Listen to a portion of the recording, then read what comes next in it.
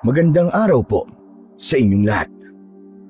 Ang kwentong inyong mapapakinggan ay tungkol sa binatang barumbado na si Baron na nais patunayan sa lahat na siya ang pinakamalakas at matapang sa kanilang baryo. Hanggang isang matandang lalaki ang pinagkalooban siya ng mutya at kapa ng tigre na nagbigay ng kakaibang lakas at bangis kay Baron sa pakikipaglaban. Ngunit isang mabigat na tungkulin ang kakambal ng mutya at kapa, at yun ay ang protektahan ang kanilang baryo laban sa mga aswang. Gagamitin nga ba ni Baron ang mutya at kapa ng tigre sa kabutihan, o gagamitin niya ang mga ito para mas mapatunayan niya sa lahat na siya ang pinakamalakas? Ngunit bago po ang lahat, mga idol, huwag po nating kalimutang mag-subscribe at i-hit ang notification bell sa aking YouTube channel na The Voice Addict at Apong Isaak para sa mas marami pang makapigil hiningang kwentong aswang at katatakutan mula sa mundo ng kababalaghan. Umpisahan na po natin ang kwento. O ikaw, hindi ba sabi ko sa inyo nung huli ay bawal na kayong dumaan dito, Baron? Kasing liit ba ng munggoy ang utak mo, ha? At hindi mo yun naaalala? O baka naman naghahanap ka talaga ng gulo at sakit ng katawan? Naaalala ko yon, Erwin. Hindi ako ulyanin. At wala kang pakialam kung dumaan kami rito, dahil hindi mo naman pagmamayari ang daan na to. Hindi nga, pero teritoryo ko to. Kaya kung ako sa inyo, maglakad na kayo pabalik. Teka. Wala namang ibang daan para makalabas ditong baryo natin kundi dito lang eh. Anong gusto mo? Lumipad kami? Oo nga. Tsaka, sino ba nagsabing teritoryo mo ang lugar na to? Porke malapit ang bahay mo rito eh. Teritoryo mo na kagad to. Ganun na nga. Kaya kayong tatlo, kung ayaw niyong umuwi na bugbog sarado, maghanap kayo ng ibang daan. Wala akong pakialam kung lumipad kayo o dumaan kayo sa gubat. Basta, bawal kayong dumaan dito. Bakit ba nagmamaasim ka? Dahil ba sa nabugbog ka naming tatlo nung huling beses na nagrambulan tayo? Ngayon naghahari-harian ka na rito. Para sa kaalaman mo, Erwin, walang nagmamay-ari ng lugar at daan na to. Kaya wala kang karapatan na hindi kami padaanin sa kahit na anong daan sa baryo na to. Ikaw ang pagbabantaan ko ngayon. Kung ayaw mo mabugbog ulit, padaanin mo kami dahil sinasayang mo ang oras namin. Matapang na nagtama ang mga mata ni na Baron at Erwin. Bata pa lang ay magkaaway na ang dalawa. Hanggang sa magbinata sila, ay nadala nila ang bagay na yon. Umabot na sa nagkaroon ng sariling grupo si Erwin upang salpukin si Baron at ang dalawa niyang kaibigan na sina Mario at Dado.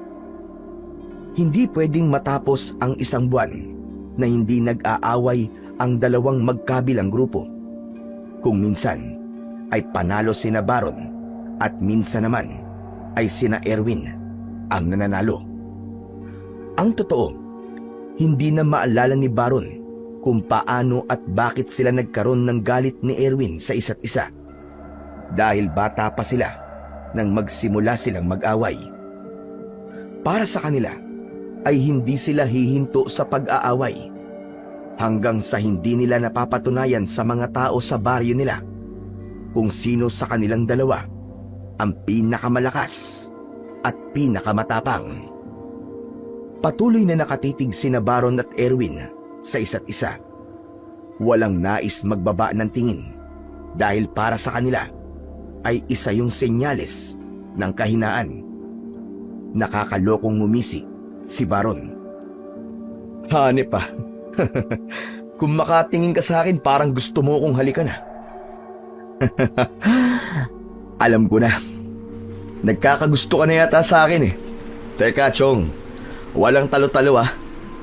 Oo, gusto kita. Tama ka.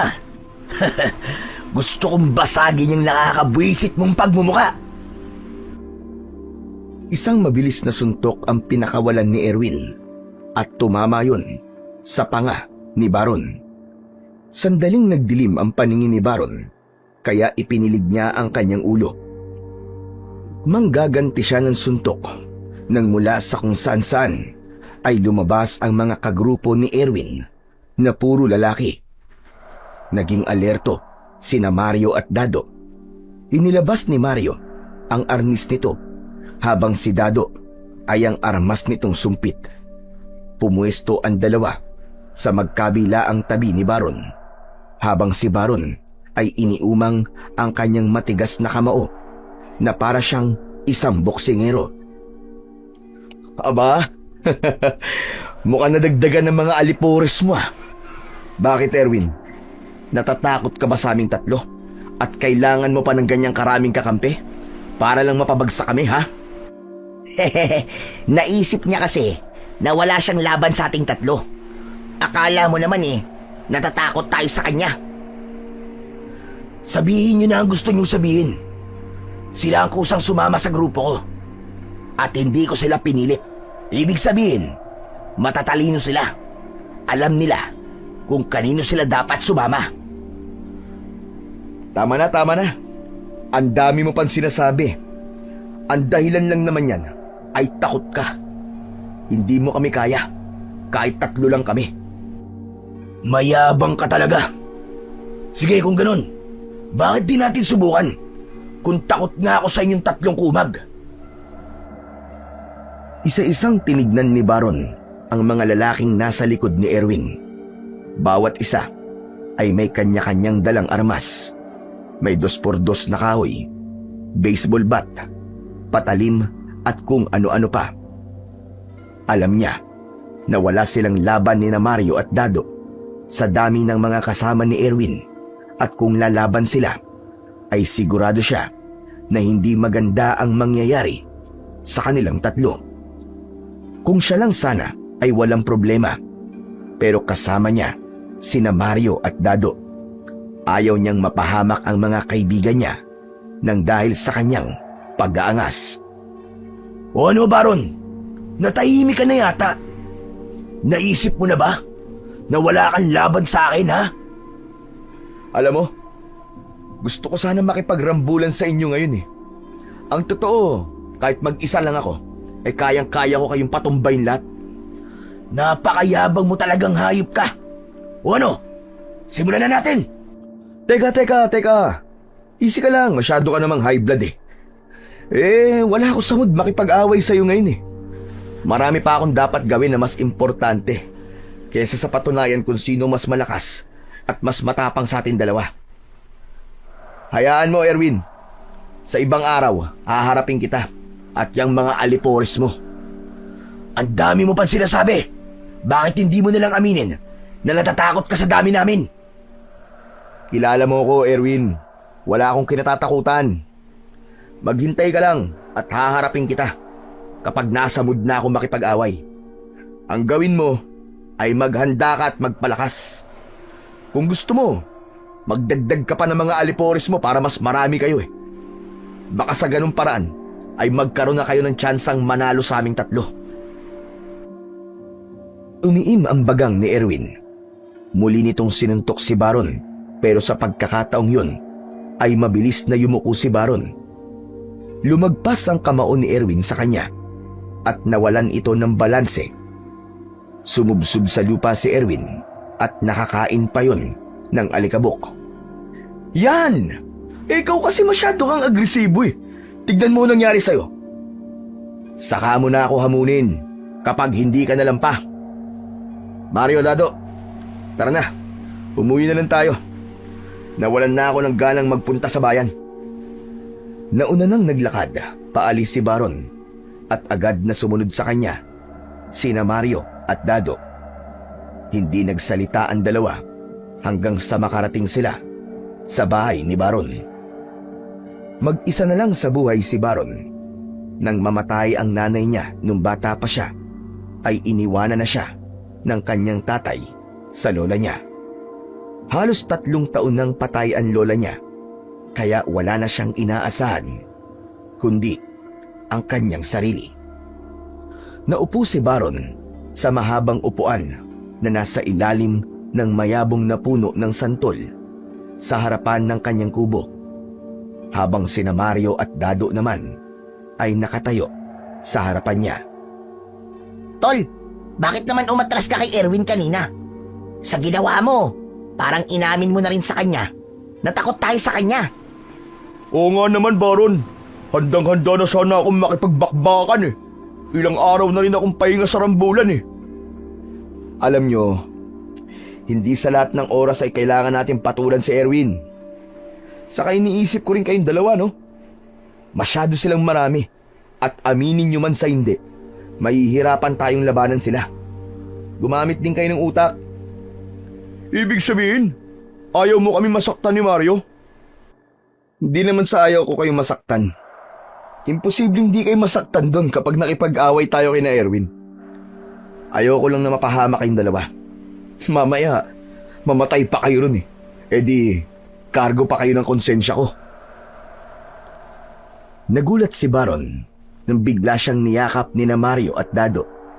Ipinagtulakan niya ang dalawa na para bang nandidiri siya. Hoy, hoy, hoy, hoy! Ano ba? Bakit niyo ako niyayakap? Pambira tong dalawang to. Kinikilabutan ako sa inyong dalawa eh. Tapos may paiyak-iyak pa kayong nalalaman? Ano yan? Pasensya ka na, Tol, ha? Kasi, natouch lang kami sa sinabi mo eh. Love mo pala kami. Kaya nga, talagang inaalala mo pa kami ni Mario. Ikaw yung barumbado na may puso. Kaya sa'yo kami hanggang sa huli, ha? Napakadrama yung dalawa. Umalis na nga kayo. At gusto ko munang mapag-isa. Sigurado ka ba, Chong? Oo. Saka gusto ko rin magpahingi. Sige na, umalis na kayo. Iwan nyo na ako. Sinunod naman nina Mario at Dado si Baron. Pagkaalis ng dalawa, ay napangiti si Baron nang maalala kung paanong nabuo ang matibay na pagkakaibigan nilang tatlo. Nung kabataan pa nila, si Dado ay palaging inaapi ng grupo nina Erwin na kilalang siga sa baryo. Isang araw, muntik na itong mapahamak ng saktan at bugbugin ito nina Erwin. Pero dumating bigla si Baron at walang takot niyang hinarap ang grupo nina Erwin. Pinagtanggol niya si Dado hanggang sa nagtakbuhan ang mga kalaban. Doon nagsimula ang pagkakaibigan nilang dalawa. Si Mario naman ay pinsan ni Dado na madalas nitong nakakasama. Dahil sa ginawang pagtulong ni Baron kay Dado, ay nakilala rin siya ni Mario at doon na nabuo ang kanilang samahan. Simula noon ay palagi nang magkakasama ang tatlo. Magkakasama sila sa inuman, gala at maging sa mga gulo. Naging tapat sina Mario at Dado kay Baron at ramdam ni Baron na parang kapatid na ang turing ng dalawa sa kanya. Si Mario ay payat na lalaki pero maliksing kumilos, habang si Dado ay malaki at matangkad at ito ang pinakamalakas sa kanila. Labis na nagpapasalamat sa Diyos si Baron dahil nakilala niya sina Mario at Dado. Ang dalawa na kasi ang naging pamilya niya simula nang mamatay ang kanyang lola. Isang umaga, abala si Baron sa pagtatabas ng matataas na damo sa harapan ng bahay ni Mang Onyok. Wala siyang permanenteng trabaho. Kung ano ang pwedeng ipagawa sa kanya ay ginagawa niya at yun ang paraan niya ng pagkita ng pera. Minsan ay nag-iigib siya ng tubig, naglilinis ng bakuran, nag-aayos ng kung anong sira sa bahay at kung ano-ano pa. Halos lahat ng trabaho ay inalam ni Baron dahil alam niya na wala siyang aasahan kundi ang kanyang sarili. Napahinto si Baron sa ginagawa nang marinig niya ang boses ng mga kaibigan niya na sina Mario at Dado. Dado, ayun pala si Baron oh. Baron, Chong, nandito ka lang pala eh. Oh, ano namang ginagawa niyo rito? Hindi niyo ba nakikita nagtatrabaho ko? Ikaw naman, aayain ka lang namin sa peryahan sa plaza. Tara, maglaro tayo ng color game at baka swertein tayo. Hindi ba pwedeng mamayang gabi na tayo pumunta ron? Ano ka ba? Mas magandang ngayon na kasi kakabukas pa lang ng peryahan. Paniguradong maraming chika bebe doon. Pupunta ka lang pala ron para sa mga babae, pambihira ka, oo. Sige na, kayong dalawa na lang ang pumunta ngayon. Mamayang gabi na lang ako magtutungo ron. Ang KJ mo naman, Chong. Minsan lang naman magkaroon ng peryahan dito sa atin kasi malapit na ang piyesta eh. Hindi ako KJ, Dado. Alam ko kasi kung anong dapat kong unahin. Obligasyon. Bakit? Kapag ba nagpunta ako ngayon sa peryahan, magkakapera ako. Buti pa rito sa pagtatabas ko ng damo, sure money na. Kapag natapos ko to, babayaran kagad ako ni Mang Onyok. Tapos bibigyan pa niya ako ng 2 kilo ng kamote. E di ayos. Matagal ka pa ba dyan sa pagtatabas mo ng damo ha? Matagal pa. Hanggang dun sa likod gagapasin ko eh. Ewan ko ba rito kay Mang Onyok kung bakit pinabayaan ng ganito ang mga damo rito. Pero ayos lang naman kasi dahil sa pagpapabayaan niya, meron ako naging trabaho, di ba? Ang mabuti pa siguro tulungan ka na lang namin para mabilis kang matapos dito. Ano? Hindi ba katatapos lang natin magakot ng nyog? Pagod pa ako, Mario eh. Ang sakit pa nga ng likod ko hanggang ngayon eh. Ikaw puro ka talaga reklamo, Dado. Para nga mabilis na matapos si Baron tapos makakapunta na kagad tayo sa peryahan, di ba? Hindi na kailangan, Mario. Trabaho ko to. Saka mukhang mas kailangan yung 2 ng pahinga. Sige na, okay lang ako rito. Mamayang gabi na lang tayo magpunta sa perya. Ay nako, sige na nga. Basta dadaanan ka namin mamaya sa bahay mo ah. Oo, hihintayin ko kayo. Aalis na kami. Magkita na lang tayo mamayang gabi. Nang umalis na sina Mario at Dado, ay pinagpatuloy na ni Baron ang kanyang ginagawa. Napagtanto niya na malapit na pala ang piyesta sa baryo nila at magaganap na yun sa susunod na linggo. Kung ang ibang tao ay masaya sa paparating na piyesta, si Baron naman ay hindi. Simula nang mamatay ang lola niya, ay hindi na siya naghahanda tuwing may okasyon. Hindi kagaya nung buhay pa ang kanyang lola na kahit pansit at tinapay ay meron sila tuwing may mga espesyal na araw, gaya ng fiesta. Pagkatapos magtabas, ay binayaran na si Baron ni Mang Onyok. Bukod doon, ay binigyan pa siya nito ng napakaraming kamote. Malaking bagay na yon sa kanya dahil maaari niyang ilaga ang kamote at kainin. Pag-uwi ni Baron sa bahay, ay naligo muna siya at nagpalit ng malinis na damit. Nagpahinga siya pagkatapos dahil doon na niya naramdaman ang pagod sa ginawa niyang pagtatabas ng damo kanina. Mabilis na nakatulog si Baron. Naging napakatagal ng pagtulog niya dahil madilim nang magising siya. Sakto na paggising niya ay nakarinig naman siya ng malakas na pagkatok sa pinto. Tol! Tol, nandito na kami! Tara na sa peryahan! Nako, Mario. Mukhang tulog pa siya. Tignan mo at walang bukas na ilaw sa loob ng bahay niyo. Pupungas-pungas na bumangon si Baron at binuksan niya ang pinto. Ayos ah. Mukhang napasarap yata ang tulog mo ah. Halatang bagong gising ka lang eh. O ano, tara na. Punta na tayo sa peryahan. Ang dami ng tao na nagpupunta doon ngayon eh. Sandali, maghihilamos lang ako at magtututbrush. Hintayin nyo na lang ako dyan sa labas. Bilisan mo, Tol. Excited na ako maglaro ng color game eh. Matapos maghilamos at magtutbrush, ay sumama na si Baron kina Mario at Dado. patungo sa peryahan.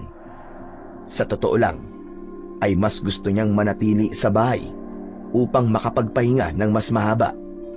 Pero gusto rin niyang pagbigyan ang mga kaibigan niya sa gustong gawin ng mga ito. Pagdating sa peryahan, ay marami-rami na ang mga taong naroon. Walang mga rides, pero marami ang mga laro at mga nagtitinda ng pagkain. Bumili ng tinapay na may palaman na hotdog si Baron dahil hindi pa siya kumakain simula nang nakatulog siya kanina. Habang naglalaro ng color game sina Mario at Dado, ay nanonood lang si Baron. Ayaw niya kasing gastusin ang perang kinita at pinagpagura niya sa ganong klase ng sugal. Natawa na lang si Baron nang kahit isang beses ay hindi man lang tumama sa color game ang mga kaibigan niya. Hoy, kayong dalawa. Tama na nga yan. Tama na yan. Mukhang hindi pabor sa inyo ang gabing to eh. Sandali lang, Tol, sandali lang. Babawi lang kami, mananalo rin to. Oo nga naman. Isang taya na lang, tol. Anak ng tutyang naman oh. Ano ba? Huwag niyo nang gusto yung bumawi, tama na. Mas marami pa ang talo niyo kaysa sa panalo eh. Mamaya maubos pa ang pera nyo eh. Ang mabuti pa maghanap na lang tayo ng pwedeng kainin dito. At kulang pa sa akin yung tinapay na binili ko kanina eh. Nagugutom pa ako. Teka lang, promise. Isang taya na lang. Tapos titigil na kami. Ay nako, bahala kayo sa buhay niyo. Basta pinagsabihan ko na kayo ah. Naglakad palayo si Baron, kina Mario at Dado upang maghanap ng murang pagkain na pwede niyang bilhin. Hanggang sa may nakita siyang nagtitinda ng popcorn na malapit sa bukana ng papasok ng peryahan. Bumili siya ng isa at matapos niyang makapagbayad at makuha ang popcorn ay naisipan niyang balikan na ang mga kaibigan niya. Ngunit hindi pa man siya nakakakbang nang bigla siyang natigilan dahil narinig niya sa kung saan ang boses ni Erwin. Luminga siya sa paligid hanggang sa nakita niya si Erwin na nasa kabilang kalsada. Mahigpit nitong hawak sa kwelyo ang isang matandang lalaki na mukhang napakahina na.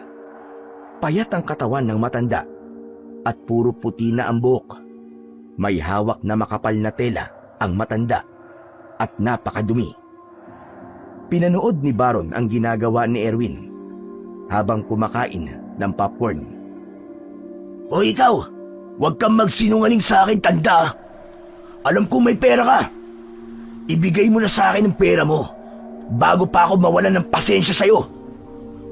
Wala talaga akong pera, iyo. Hindi mo ba nakikita ang itsura ko? Isa lang akong palaboy. Kaya, paano ako magkakaroon ng pera? Maawa ka naman sa akin. Yun na nga eh. Alam ko palaboy ka. Kaya malamang ay may naglimos sa'yo. Akin na yung pinaglimusan mo. Akin na. Kahit nahubaran mo pa ako ngayon, ay wala kang makukuha na kahit piso sa akin. Kung gusto mo magkaroon ng pera, bakit hindi ka magtrabaho? Gamitin mo ang lakas ng katawan mo sa pagbabanat ng buto, hindi yung sa pangingikil sa ibang tao. Anak ng tutyang oh. Grabe talaga tong si Erwin. Hindi na naawa sa matanda. Tama naman yung matanda eh. Bakit di siya magtrabaho ng maayos para may pera siya? Ayaw talaga niyang lumaban ng parehas. Patuloy sa pagsubok at pagmuya ng popcorn si Baron hanggang sa biglang sinuntok ni Erwin ang matandang lalaki. Natumba ang matanda at napahiga sa lupa. Hindi pa nakontento si Erwin at sinipa pa nito ang tiyan ng matanda. Tama na! Tama na! Maawa ka sa akin! Wala talaga akong maibibigay na pera sa'yo! Hehehe, siguro nga'y wala kang pera. Kaya mas mabuti pa na aliwin mo na lang ako. Bubugbugin kita hanggang sa magkanda bali-bali ang makukunat mong mga buto. Wala sanang balak makialam ni Baron sa ginagawa ni Erwin sa matanda. Ngunit bigla niyang naalala ang lola niya at naisip niya na meron ding apo ang matandang lalaki. Alam niya kung ano ang mararamdaman ng apo nito kapag nalaman nito na merong nanakit sa lolo nito. Malalaki ang mga hakbang na lumapit si Baron kay Erwin. Bago pa muling masipa ni Erwin ang matanda, ay ibinato niya sa mukha ng binata ang isang bag ng popcorn. Gulat na napatingin si Erwin sa kanya. Anak nang, bakit mo ako binato ng popcorn? Umalis ka rito kung ayaw mo madamay. Pambihira ka talaga, Erwin, oh. Pati matanda pinapatulan mo eh. Di ka ba naaawa sa matandang yan? Nakita mo nang walang kalaban-laban sa'yo eh, sinasaktan mo pa. Eh ano bang problema mo ha? Bakit ka ba nakikialam sa gusto kong gawin? Kasi mali ang ginagawa mo. Hindi ka ba tinuruan ng nanay at tatay mo na gumalang sa nakatatanda? Aba, kung magmalasakit ka sa matandang to para kang anghel ha? Bakit? Lolo mo ba to? Hindi na nagsalita si Baron. Bagkus ay tinulungan niya ang matandang lalaki na tumayo. Nakangiwi ang matanda at halatang may iniinda yung sakit. Manong, ano pong masakit sa inyo? Ayos lang po ba kayo? Masakit ang tiyan ko. Sandali, at nahihilo ko. Nagulat si Baron nang bigla siyang sinipa ni Erwin sa likod. Napasubsob siya sa lupa at nadaganan niya ang matanda. Aray ko! Naku, pasensya ka na Manong ha. Hindi ko sinasadya. Masyado kang pakialamero, Baron. Talagang naghahanap ka ng sakit ng katawan, no? Marahang tumayo si Baron. Humarap siya kay Erwin habang mariing nakakuyom ang kanyang kamao. Pinapakita mo lang talaga kung gaano ka kaduwag at kahina, Erwin. Pati ba naman matandang mahina at walang kalaban-laban pinapatulan mo? Eh di tingnan natin kung sino ang duwag at mahina sa ating dalawa. Naramdaman ni Baron ang biglang pag-init ng kanyang katawan nang sumugod si Erwin. Nakita niya ang kumpiyansa sa mukha nito. Nagpakawala ng suntok si Erwin pero sa hangin lang yun tumama. Agad naman na umatake si Baron at sinintok niya si Erwin sa sikmura. Narinig niya ang ungol ni Erwin at bahagya itong napayuko. Kung ako sa'yo, aalis na lang ako. Wala kang laban sa akin kahit anong gawin mo. Hayop ka! Ikaw ang dapat na umalis! Huwag kang mayabang porque ikaw ang unang nakatama ng suntok! Muling sumugod si Erwin at nagpakawala ito ng mga suntok. Tinamaan si Baron sa kanyang pisngi at sikmura. Naramdaman ni Baron ang lakas ng suntok ni Erwin pero mas matindi ang apoy sa kanyang dibdib. Tumiim ang bagang ni Baron at gumanti siya ng suntok. Tumama ang kamao niya sa panga ni Erwin, sunod sa sikmura at sa ilong nito. Naramdaman niya ang lagkit ng dugo ni Erwin sa kanyang kamao. Nahilo si Erwin at bigla yung bumagsak. Napaluhod si Erwin sa lupa habang dumudugo ang ilong at bunganga. O ano? Lalaban ka pa? Tumayo ka dyan! Bago pa lang ako nag-iinit eh. Tara! Suntukan pa tayo! Hindi pa ako tapos sa'yo, Baron. Humanda ka. Hindi ko makakalimutan ang gabing to. Babalikan kita! Babalikan kita! Sige lang, bumalik ka lang. Huwag kang mag-alala kasi palagi akong handa sa'yo. Hihintayin kita, gonggong. Nanlilisik ang mga matang tumayo si Erwin. Pasuray-suray yung naglakad palayo hanggang sa tuluyan na yung nawala sa kanyang paningin. Doon na binalikan ni Baron ang matandang lalaki na nakaupo pa rin sa lupa. Bakas pa rin sa mukha ng matanda ang labis na pangihina. Manong, kaya niyo po ba tumayo? Medyo nahihilo pa rin ako. Napakalakas palang sumuntok ng binata na yun. Pero wala po siyang panama sa akin, Manong. Tignan niyo, umatras na siya, naduwag. Teka, saan po pala kayo umuwi? Kung malapit lang po iatid ko na po kayo. Sa Santelpin pa ako umuwi. Ginabi na nga ako sa paglalakad para lang maibenta tong kapa na gawa sa balat ng tigre Naku sino naman po ang bibili niyang ganyang klase ng kapa? Saka, may gumagamit pa po ba ng ganyan? Hindi ko alam. Pero kailangan kong magbaka sakali dahil kailangan ko ng pera. Pero Manong, ang layo pa po ng San Delfin dito. Hindi ligtas kung maglalakad kayo ng ganitong oras. At baka kung ano pang mangyari sa inyo sa daan Gaya na lang ngayon. Eto, muntik na ho kayong mapahamak dahil kay Erwin. Nabugbog patuloy kayo nang wala sa oras.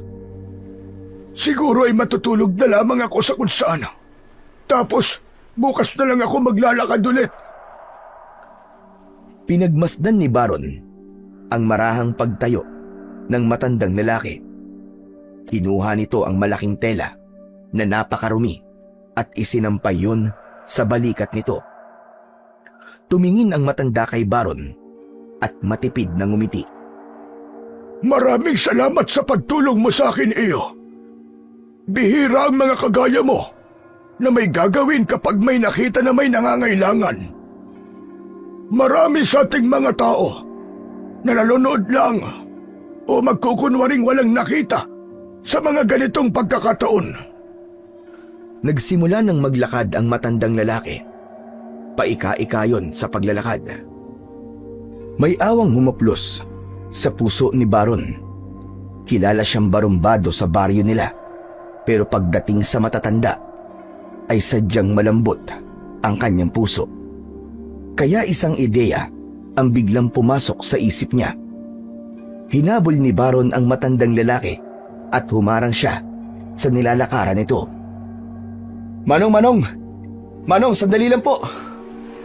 Manong, delikado rin po kung dito kayo sa labas matutulog Ang mabuti pa po, sa bahay na lang po kayo magpalipas ng gabi. Tapos, bukas ng umaga, ay pwede na po kayong umalis para makauwi na po sa San Delfin. Aba, totoo ba yung alok mo na yan sa akin, iyo? Pero, wala akong ibabayad sa'yo. Manong, hindi ko po kayo sisingilin. Total, tinulungan ko na kayo kay Erwin kanina. Lulubos-lubusin ko na. Kaya, sige na ho. Sa bahay na lang po kayo matulog ngayong gabi. Baka po kasi may mangyari pang masama sa inyo Hindi yun kakayanin ng konsensya ko. Pero iyo, sigurado ka ba sa sinasabi mo? Hindi mo ko kilala. Paano pala kung isa akong masamang tao? Manong, hindi naman po kayo masamang tao Mukha naman po kayo mabait. Saka kung may gagawin kayong masama, konsensya nyo na lang po ang bahala sa inyo. Tinulungan ko na nga po kayo tapos gagawan nyo pa ako ng masama. Kayo po ang bahala kung gusto nyo. Sige, pumapayag na ako. Maraming salamat pala sa'yo. Ay, sadali lang. Ano nga pala ang pangalan mo? Baron. Ako po si Baron. Ako naman si Pedro. O siya, tara na po sa bahay, Mang Pedro. Para makapagpahinga na po kayo. Ngumiti ng malaki si Mang Pedro. Inalalayan ito ni Baron sa paglalakad dahil ramdam niya na nanghihina pa rin ito dahil sa natanggap nitong suntok at sipa mula kay Erwin. Nang sandaling yon ay nawala na sa isip ni Baron ang mga kaibigan niyang sina Mario at Dado na nasa peryahan pa rin. Ang tanging nasa utak niya kasi ay ang matulungan si Mang Pedro sa paraang alam niya at kaya niya. Nang makarating na si Baron sa bahay niya, ay agad niyang pinapasok doon si Mang Pedro. Sinindihan niya ang gasera at naglatag na siya ng banig. Ipinatong ng matanda ang dala nito sa ibabaw ng lamesa. Manong, pasensya na po kayo kung magkatabi po tayo matutulog Isa lang po kasi ang banig ko rito Walang problema sa akin yun. Huwag ka mag-alala at hindi naman ako nag-iilik kaya magiging maimbing ang tulog mo. Pero iyo, wala ka bang kasama rito sa bahay mo? Wala po. 3 taon na rin po siguro na mag-isa ako rito. Namatay na po kasi ang lola ko. Ganun ba? Ikinalulungkot kong marinig yan. Kaya nga po hindi ako nagdalawang isip na tulungan kayo. Kasi Naaalala ko po si Lola sa inyo eh. Naisip ko po na paano kung si Lola pong nasa kalagayan nyo. Napakaswerte ng lola mo dahil nagkaroon siya ng napakabait na apo na kagaya mo, Baron. Hindi nga po eh.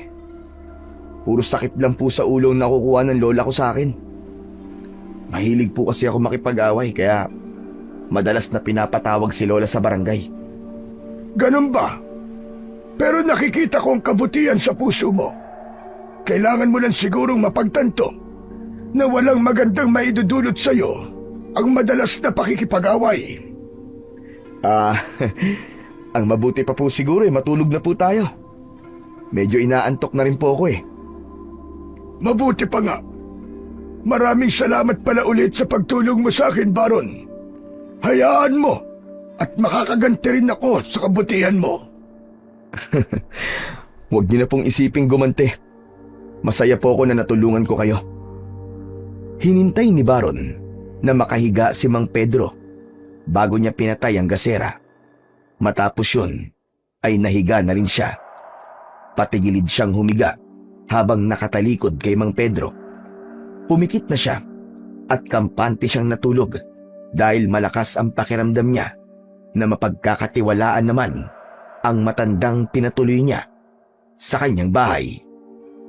Tanghali na nang magising si Baron kinabukasan. Nagunat siya habang nakahiga at pagtingin niya sa tabi niya ay napakunot siya sapagkat wala na ron ang matanda na si Mang Pedro. Inisip niya na baka lumabas lang ang matanda kaya dumungaw siya sa bintana pero hindi niya pa rin ito nakita doon. Saan na kaya nagpunta si Mang Pedro? Umalis siya habang tulog ako? Nakita ni Baron ang kapa na dala ni Mang Pedro. Nakapatong pa rin yun sa ibabaw ng maliit niyang lamesa. Oh, bakit nandito pa to? Naku, nakalimutan pa yata to ni Mang Pedro. Pero hindi bale. Dito muna tong kapa niya. Sigurado ako na babalikan niya to.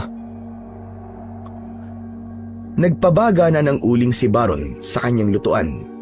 Nagsalang na siya ng tubig na may mga kamote dahil yun ang kanyang kakainin para sa almusal.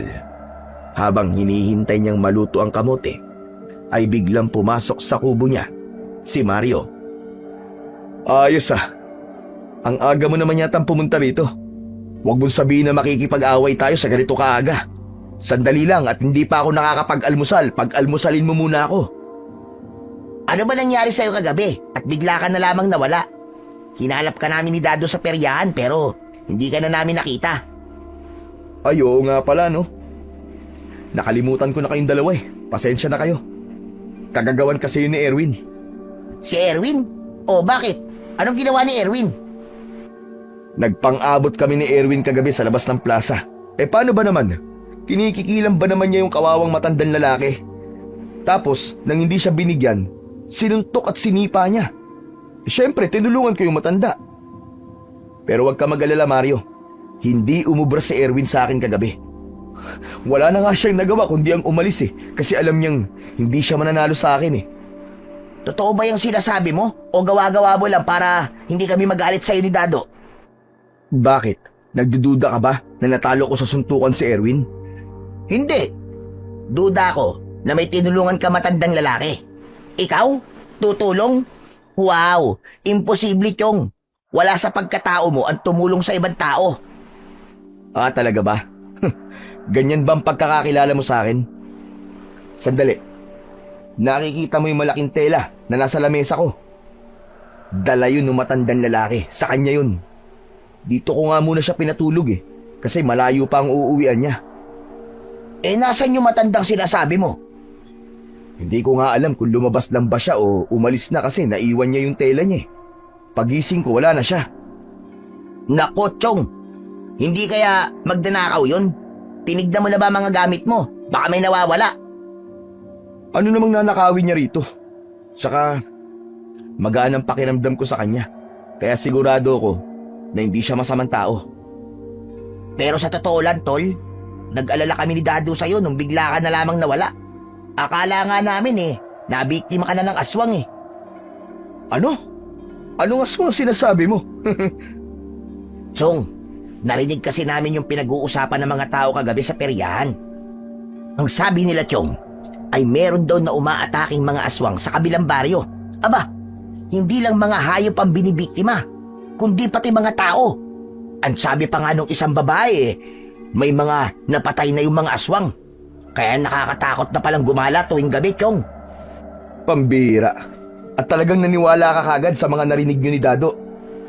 Mario, napakatagal na nating nakatira sa baryong to at kahit dulo ng daliri ng aswang ay wala tayong nakita. Saka, sa kabilang baryo naman sila umaatake. Kaya nung kinakatakot mo. Kahit na pa sa kabilang baryo Aba, napakalapit lang nun dito sa atin, no? Paano kung isunod na nila tong baryo natin? Buti sana kung uubra sa kanila ang sumpit at arnis namin ni Dado Sus, masyado mo lang tinatakot ang sarili mo. O sige na, umalis ka na at mag-aalmusal na ako. Mukhang kumukulo na yung isinalang kong kamote. Gutom na rin ako O sige, uuwi na muna ako. Pero tol, sinasabi ko sa'yo mag-iingat ka. Bakit na naman? Dahil sa aswang? Bukod sa aswang, tol, mag-ingat ka rin kay Erwin. Hindi ba sabi mo natalo mo siya kagabi sa suntukan? Hindi malabog gumanti ang mokong na yun sa'yo. Wala akong pakialam sa kanya, Chong. Kahit isama pa niya lahat ng alipores niya, ay kayang-kaya ko silang patumbahin. O sige na, umalis ka na para makakain na ako.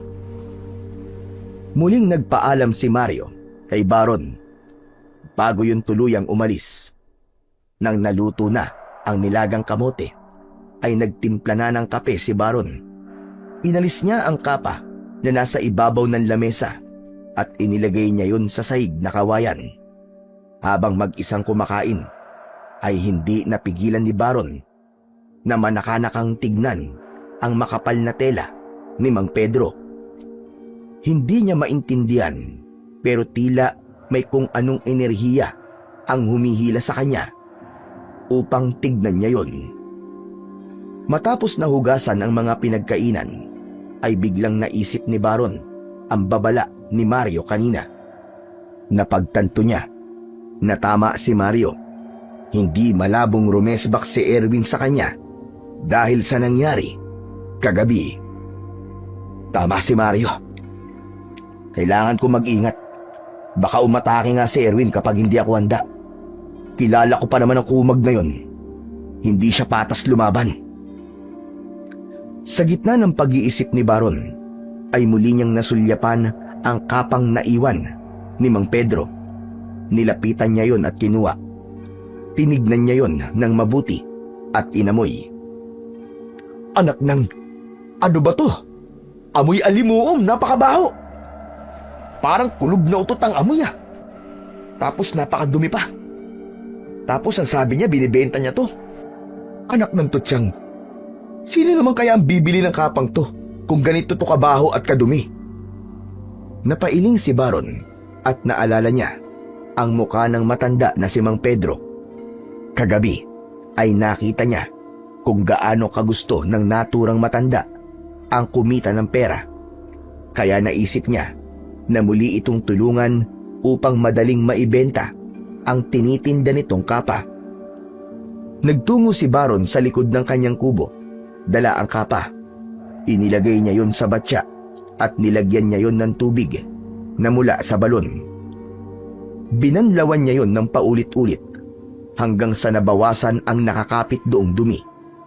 Matapos yun ay ibinabad niya yon sa sabon at maingat niya yung kinuskus gamit ang brush. Kailangan na hindi ko masyadong diinan ng pagkuskus dito. Gawa nga pala to sa balat ng tigre.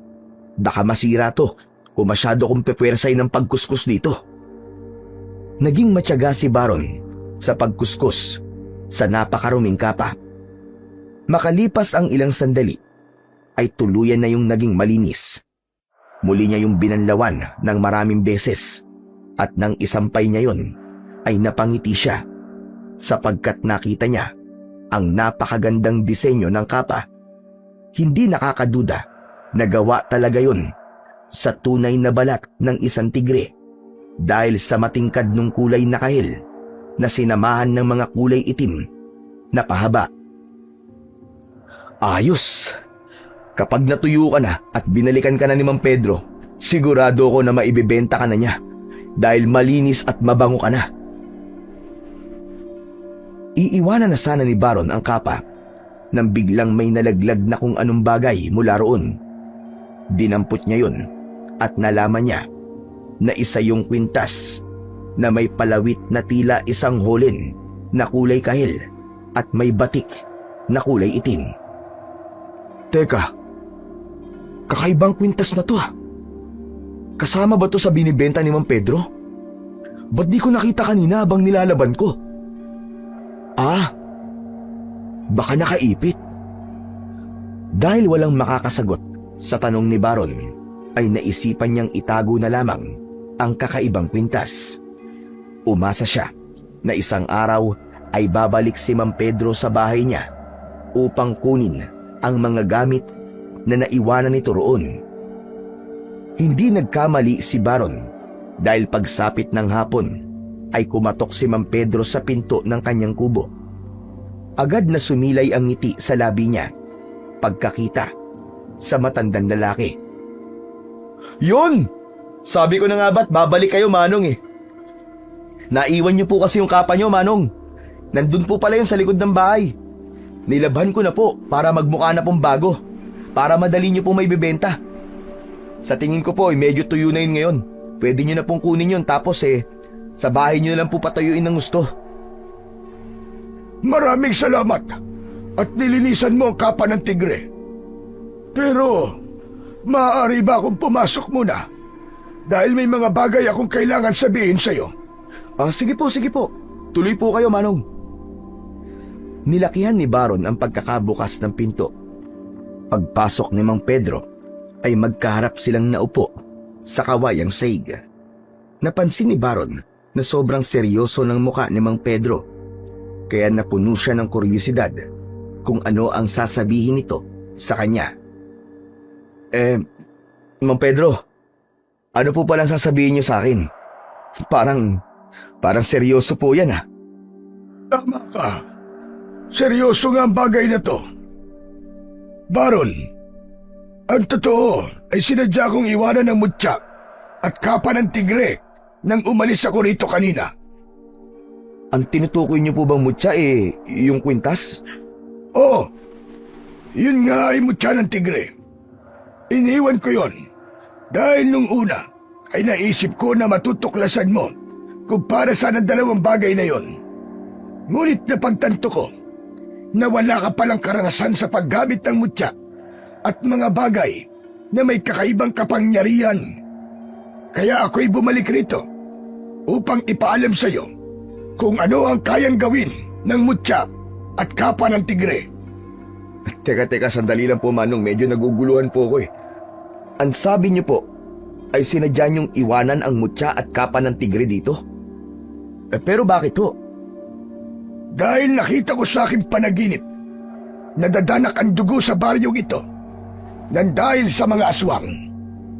Ang totoo ay hindi ko ibinibenta ang mutya at kapa ng tigre, kundi naghahanap talaga ako ng isang tao na karapat-dapat na maging bagong tagapangalaga ng mga yon. At ikaw, Baron, ikaw ang napili ko. Nakita ko sa iyo ang katangian ng isang bayani at taong may mabuting kalooban. Ako? May mabuting kalooban? Nagpapatawa ka ba, Manong? Nakalimutan niyo na po ba yung sinabi ko na mahilig po ako makipag-away? Abay, barumbado po ako. Hindi ko yun nakakalimutan. Ngunit hindi ang bagay na yon ang nagiging definisyon para masabi na masama kang tao. May kabutihan pa rin sa iyong puso. At ako mismo ang nakaranas nun. Kaya sigurado ko na hindi ako magkakamali kung sa'yo ko ipagkakaloob ang mutya at kapa ng tigre. Sandaling natahimik si Baron. Inisip niya ang mga sinabi ni Mang Pedro. Maya-maya ay napailing siya, sabay tawa ng malakas. Aba, anong nakakatawa, Baron? Alam ko na. Pinagtitripan niyo ako, Manong, ha? Siguro gusto niyong malaman kung maniniwala ba ako sa mga sasabihin niyo. Oo na, muntik na akong maniwala, Mang Pedro. Ang mabuti pa po kunin niyo na po ang kapa niyo. Baka kasi mamaya abutin pa kayo uli ng dilim. Paniguradong mahihirapan na naman kayong makauwi niyan. Iniisip mo ba na nagbibiro lang ako, Baron? Ano pa nga ba? Napaka-imposible naman po kasi na sinasabi nyo na may kapangyarihan yung mutya at yung kapa ng tigre. Aba, malabo po yun. Ang mutya at kapa ng tigre ay ipinamana pa sa akin ng tatay kong namayapa na. Nasa linya lang aming pamilya ang pagiging antingero at manunugis ng mga aswang. Ang kaalaman namin sa paggamit ng mutya at agimat ang ginagamit namin sa pakikipaglaban sa mga aswang. At isa ang mutya at kapa ng tigre, ang pinakamalakas na nagamit ko sa pakikipaglaban sa mga nilalang, na gaya ng aswang. At ngayon, Baron, ipinapasa ko na sa iyo ang pangangalaga sa mutya at kapa ng tigre. Hindi maaaring magkaiwalay ang dalawang bagay na yan. Dapat ay sabay mo silang gagamitin. Parehas mo silang isusuot sa tuwing kailangan mo makipaglaban sa mga aswang. Dahil kung wala ang isa, hindi magiging buo ang kapangyarihan nito. Ang dami niyo naman po sinasabi, Mang Pedro. Pero sige, sabihin na nating naniniwala na po ako sa mga sinasabi niyo. Ano po ba ang kapangyarihan ng mutya at kapa ng tigre? Ang totoo ay hindi ko alam kung ano ang pinagmulan ng mutya at kapa. Pero para sagutin ang tanong mo, ay magkakaroon ka ng kakayahan at katangian ng isang tigre. Magiging malakas ka na wala ang isang normal na tao. Magiging mabangis ka pagdating sa pakikipaglaban. Ngunit ang dalawang bagay na yan ay para lamang sa paggawa ng kabutihan at pagtulong sa mga nangangailangan. Hindi mo to maaaring gamitin sa pansarili mong interes. Kung ganun, sa pakikipaglaban lang po sa mga aswang magagamit ang mutya at kapa? Ganun na nga, Baron.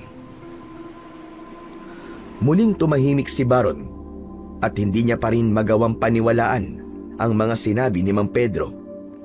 Hindi niya napigilan ang muling pagtawa ng mahina. Nararamdaman at nakikita ko na hindi ka pa rin naniniwala sa akin. Ngunit alam ko, darating ang araw, ikaw mismo makakatuklas ng kapangyarihan ng mutya at kapa ng tigre. Ngayon ay iiwan ko na ang mga yan sa'yo. Tandaan mo na dapat ay parehas mo silang suot sa iyong katawan. Magpapaalam na ako sa'yo. Naway gabayan ka ng nasa itaas para sa pagliligtas sa iyong baryo sa sandaling mangyari ng nakita ko sa aking panaginip. Mabilis na tumayo si Mang Pedro. Malalaki ang hakbang na lumabas yun sa bahay ni Baron. Sinundan ni Baron si Mang Pedro sa labas. Tinawag niya ito at humarap ang matanda sa kanya. Sandali lang po, Mang Pedro!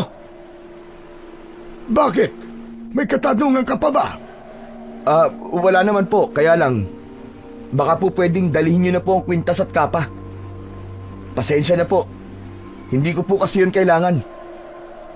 Maniwala ka sa akin. Maaaring hindi mo ito kailangan, pero kailangan ito ng inyong baryo.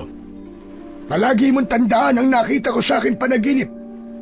Dadanak ang dugo sa baryong ito, at ang tanging paraan upang maiwasan yung mangyari ay kung gagamitin mo ang mutya at kapa ng tigre.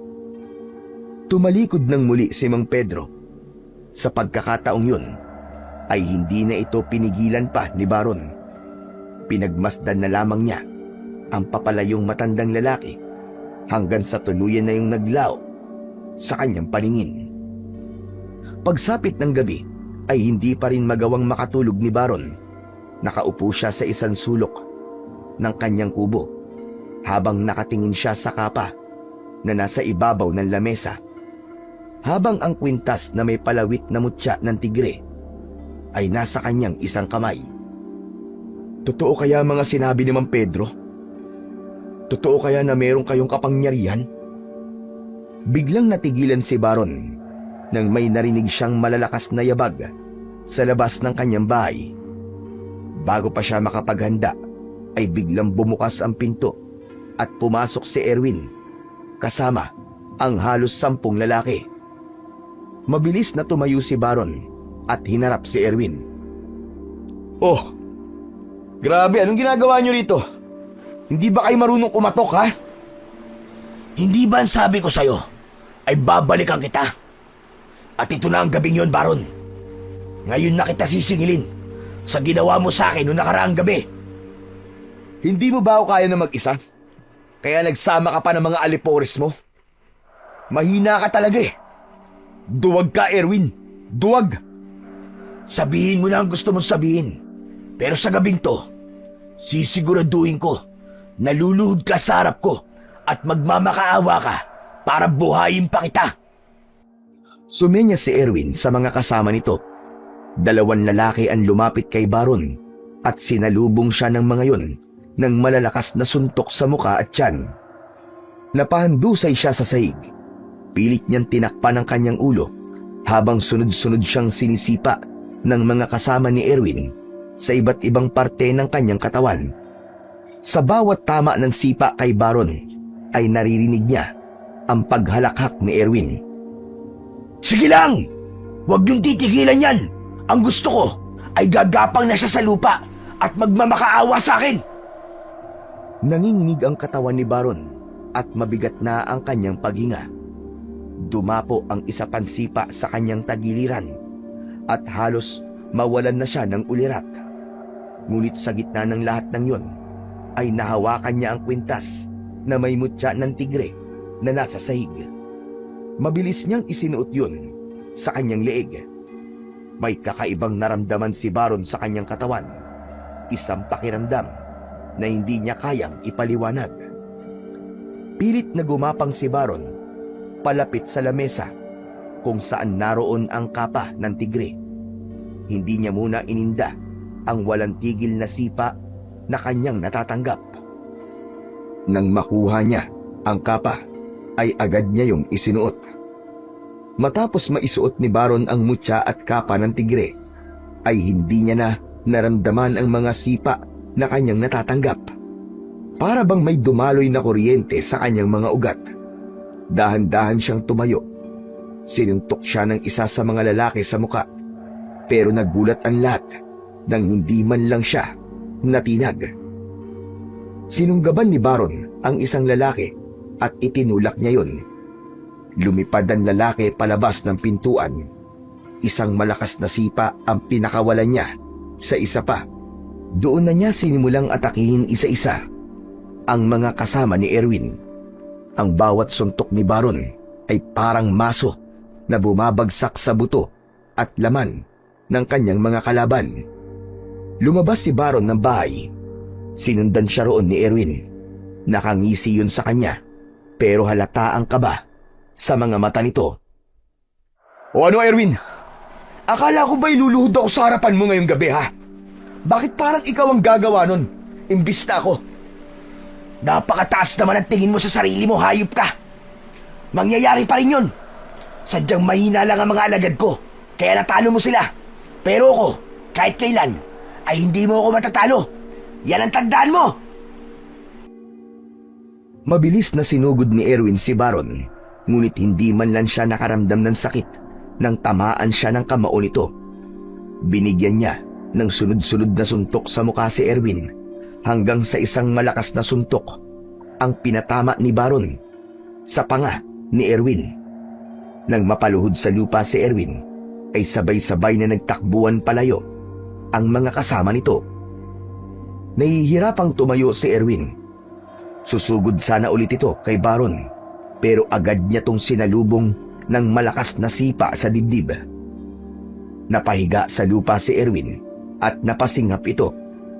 Nakita ni Baron na tila nahihirapan na sa paghinga si Erwin. O ano, Erwin? Hindi ka pa ba luluhod sa harap ko? Sige na, magmakaawa ka na sa akin. Nabuhayin pa kita. Gumapang si Erwin palayo kay Baron. Nang nakalayo na ito ng bahagya, ay saka ito tumayo at takot na tumakbo. Hoy, ano? Bumalik ka rito! Hindi pa ako tapos sa'yo! Duwag! Susugod-sugod kayo tapos tatakbo kayo? Mga walang kwenta! Ngumisi si Baron nang tuluyan nang nawala si Erwin at ang mga kasama nito. Patuloy niyang naramdaman ang kakaibang lakas at enerhiya na alam niyang nagmumula sa mutya at sa kapa ng tigre na kanyang suot. Hinubad niya ang kapa at mataman niya yung tinignan habang hindi pa rin siya makapaniwala sa nangyari kanina. Totoo nga ang sinabi ni Mang Pedro. May kapangyarihan ka nga. Kung ganun, magagamit kita para tuluyan na akong katakutan ni Erwin. Hindi na siya makakapalag sa akin habang suot kita. Bumalik na si Baron sa loob ng kanyang kubo. Maingat niyang isinampay ang kapa sa sandalan ng upuan. Nang nakahiga na siya, ay hindi pa rin naalis ang malaking ngiti niya sapagkat nasisiguro niya na simula sa araw na yun ay siya na ang ituturing na pinakamalakas sa kanilang baryo. Kinaumagahan, nagising si Baron sa malalakas na pagkatok sa pinto ng bahay niya. Naiinis siyang tumayo dahil nagambala ang kanyang pagtulog. Pagbukas niya ng pinto ay nakita niya sina Mario at Dado. Dire-diretsong pumasok ang dalawa at ang mga yun pa ang nagsarado ng pinto. Pambihira! Ang aga niyo naman mambulahaw. Alam niyo naman na kapag ganitong oras itulog pa ako, di ba? Hindi na kasi namin kayang patagalin pa narinig namin chismis dito sa baryo natin, tol eh. Totoo ba? Na binugbog mo sina Erwin kagabi? At ginawa mo yun nang mag-isa ka lang? Saan niyo naman narinig yan? Sa mga tao rito. Halos lahat ay pinag-uusapan ka, Baron na. May mga nakakita sa'yo kagabi na nakipag-away ka kina Erwin. At kahit mag-isa ka raw, ay ikaw pa rin ang nanalo. Napatakbo mo daw silang lahat. Totoo yun. Ay nako, alam mo dito talaga sa baryong to, napakabilis talaga ng balita. Pero maganda yan para malaman ng lahat kung sino ang dapat nilang katakutan dito. Pero paano mo nagawa yun, Tol? Paano mo natalo si na Erwin kahit mag-isa ka lang? Sabihin mo naman sa amin ang totoo. O sige, sasabihin ko sa inyo Pero ipangako nyo na hindi nyo sasabihin sa kahit na sino ang malalaman nyo ngayon sa akin. Oo, hindi promise. Saka kilala mo naman kami, di ba? Kapag sinabi mo sikreto, mananatiling sikreto talaga yon. Takot lang namin sa iyo, Tol.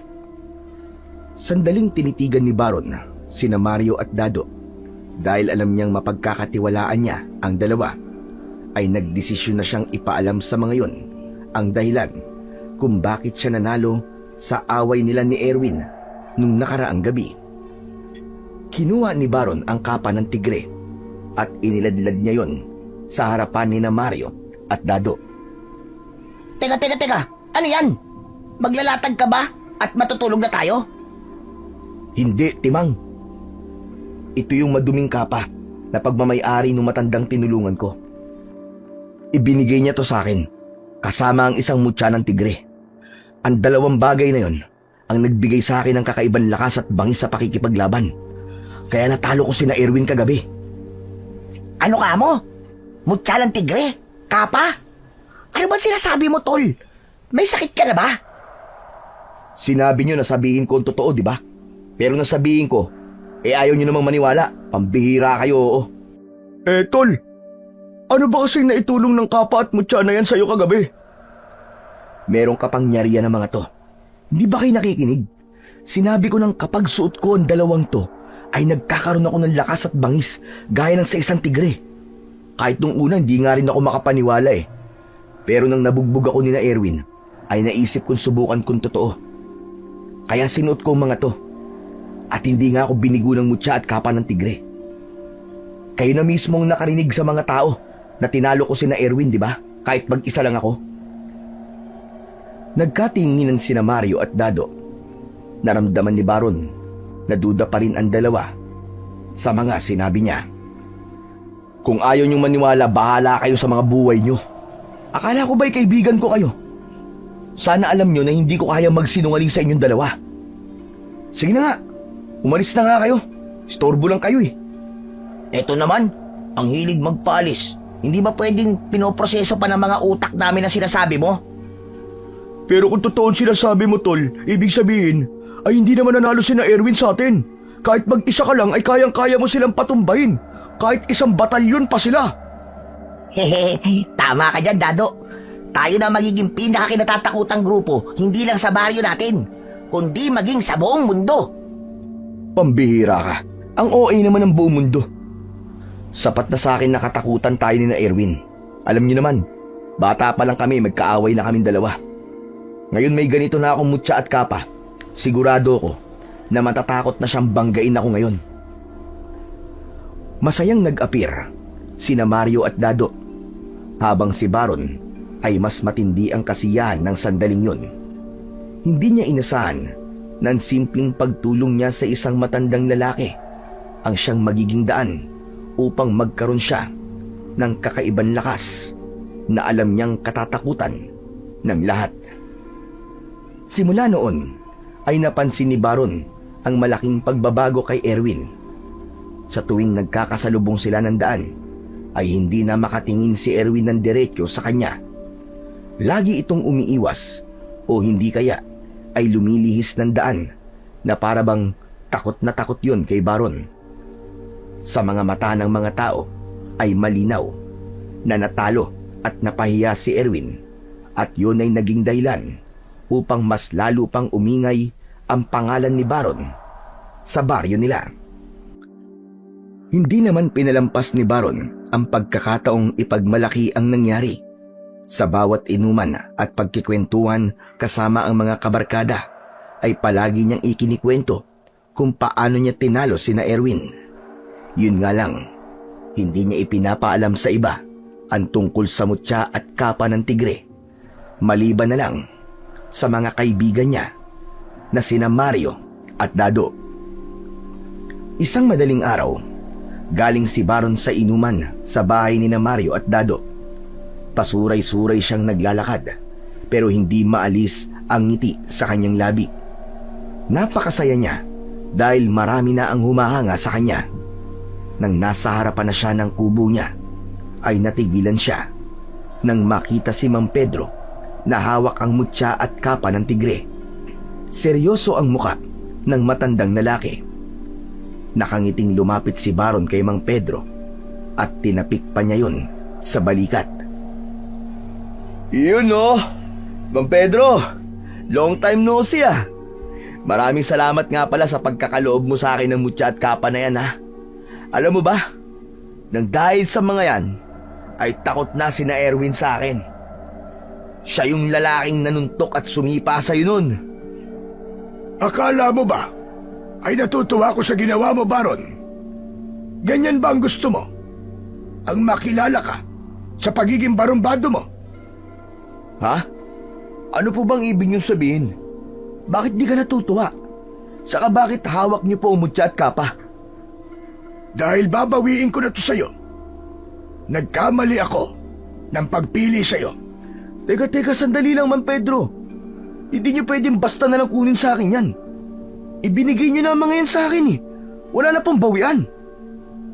Maaari ko pa rin itong bawiin. Lalo na't nakita ko na hindi mo ito ginamit para sa kabutihan. Nakalimutan mo na ba ang ginawa mo, Baron? Binugbog mo ang isang grupo ng mga lalaki at ginamit mo yon para magyabang. Hindi ganun ang napag-usapan nating dalawa.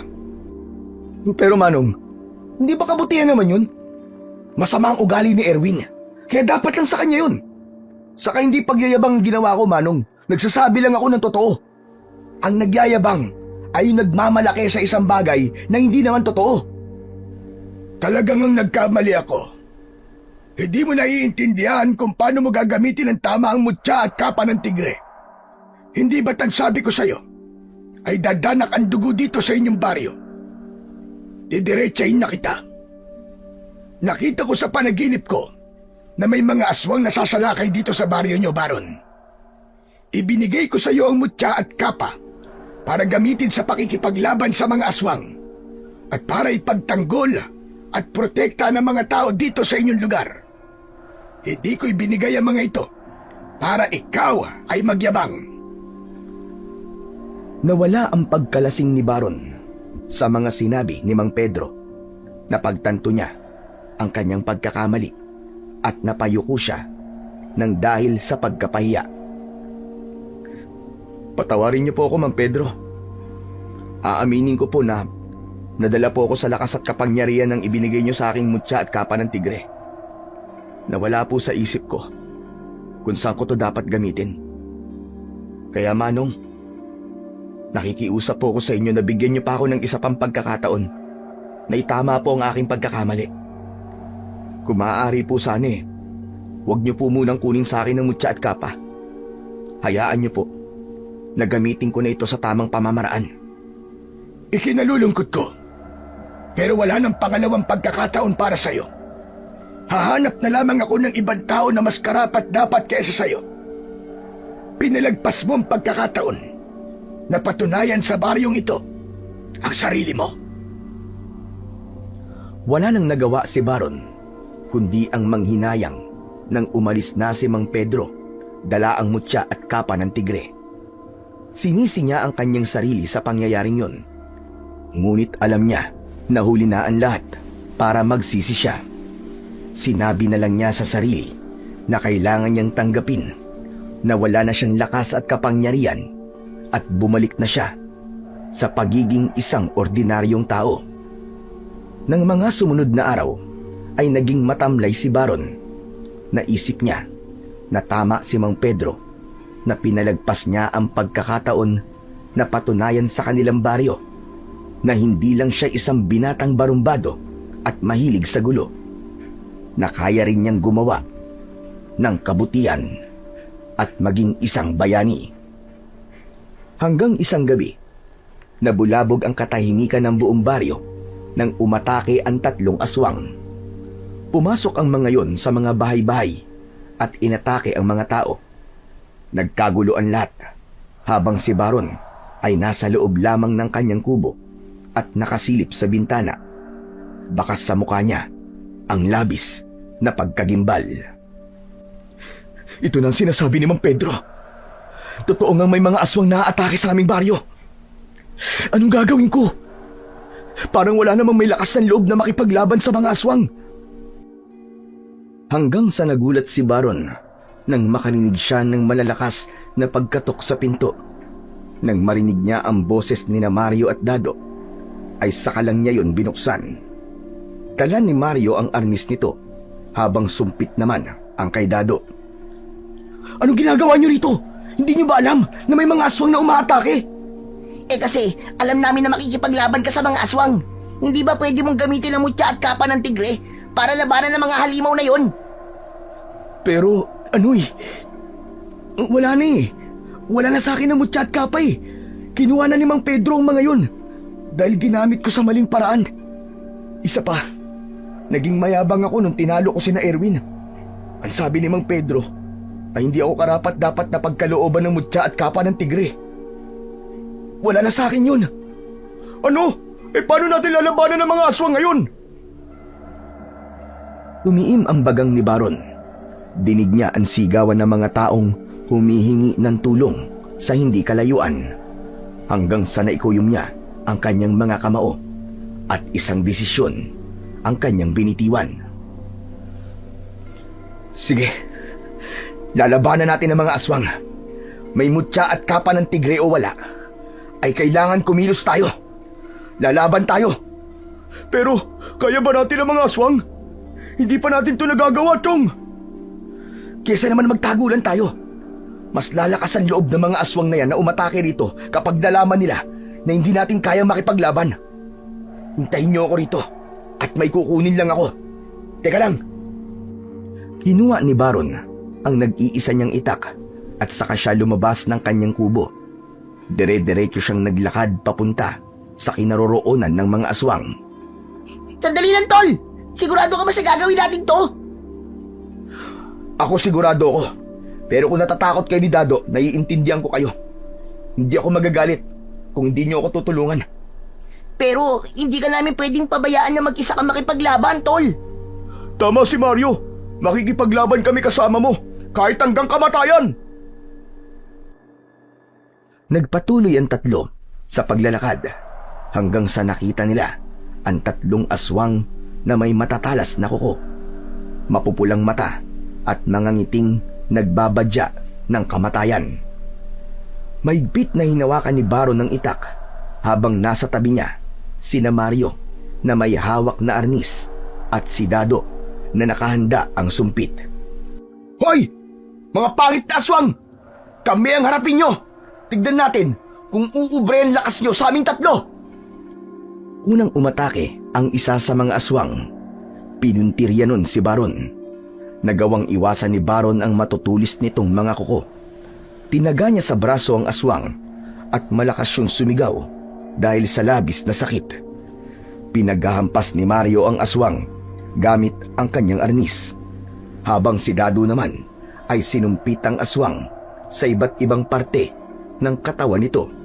Ang sumpit ni Dado ay may bala na patulis na bakal. Doon na sumugod ang dalawa pang aswang.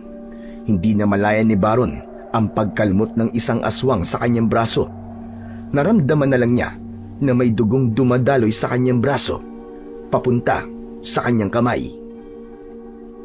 Chong! May sugat ka! Umatras na tayo! Hindi ako aatras. Kailangan mapatay natin ang mga halimaw na yan. Kailangan nating ipakita na hindi sila basta-basta pwedeng manggulo rito sa baryo natin. Galit na sumugod kina Baron ang isang aswang. Humanda kayo mga Chong. Kailangan natin patayin ng isang yan. Sinumpit ni Dado ang papasugod na aswang at bumaon ang dalawang bala nun sa mga mata ng aswang. Doon na umatake si Baron at sinaksak niya sa dibdibang aswang gamit ang kanyang matalas na itak. Malakas namang pinalo ni Mario ang likod ng ulo ng aswang gamit ang arnis nito.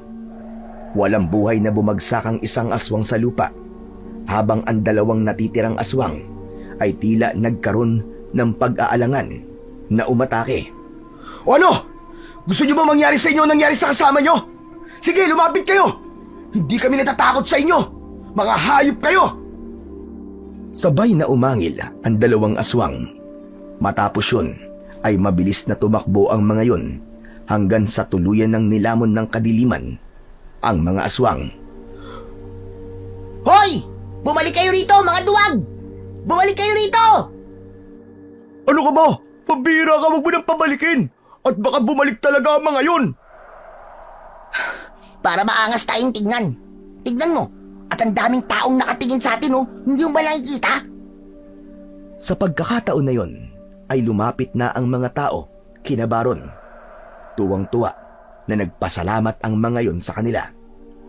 Labis ang sayang naramdaman ni Baron dahil noon lang niya naranasang pasalamatan ng mga tao dahil sa isang bagay na kanyang nagawa.